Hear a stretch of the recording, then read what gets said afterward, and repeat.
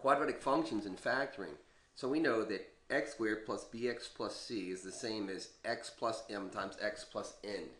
So we're asked to factor this trinomial out. So this is what I want to know. I want to figure out what two numbers multiply. So m times n has got to equal 20. At the same time, though, those same two numbers, when added together, have got to equal negative 9. So this is what I'm going to start with this. X here, X here. I think I'm going to start with a negative sign and a negative sign because a negative times a negative is a positive, and this is positive 20.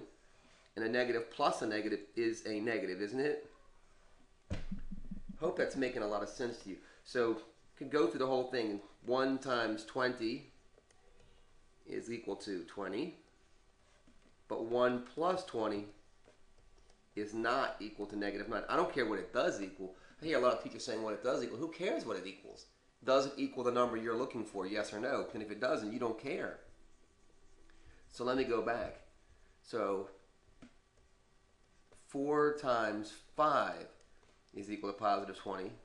4 plus 5 is equal to positive 9. The only reason I'm writing that one is because it's close, isn't it? So this is the only change I'm going to make here. I'm going to go back.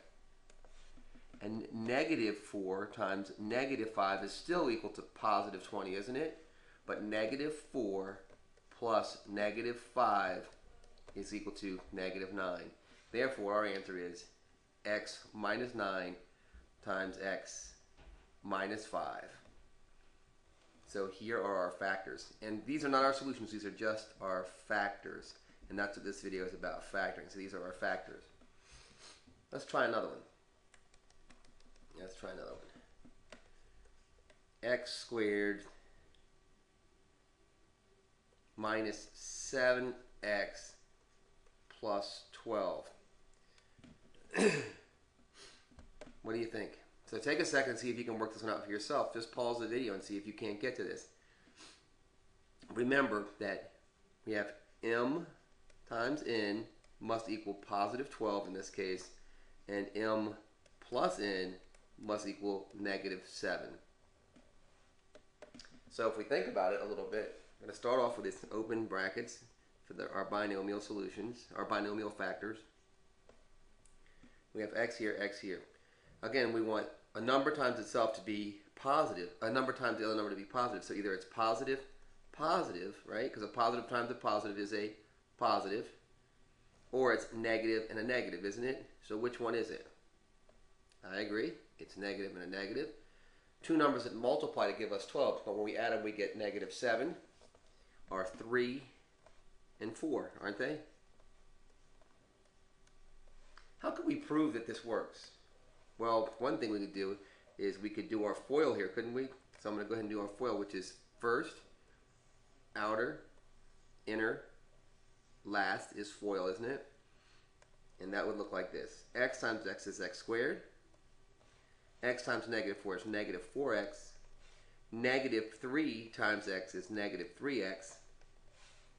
Negative 3 times negative 4 is positive 12.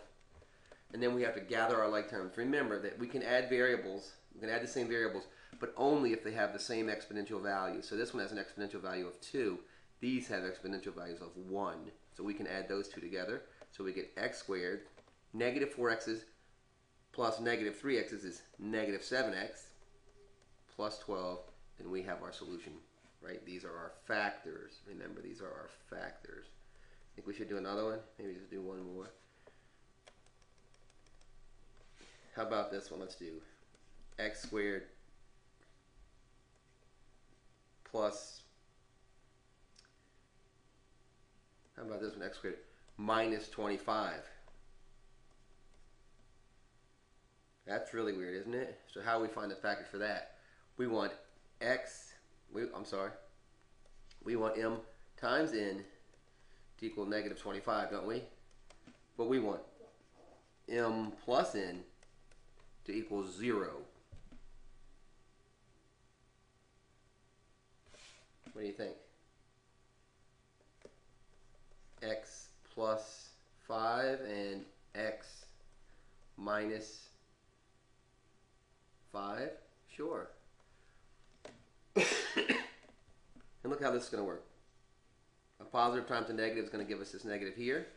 And when we add these two together, 5 minus 5 equals 0, doesn't it? Okay. Hey, I hope this was really helpful. Keep working. Everything's going to be fine, I promise. If you haven't already subscribed, please do.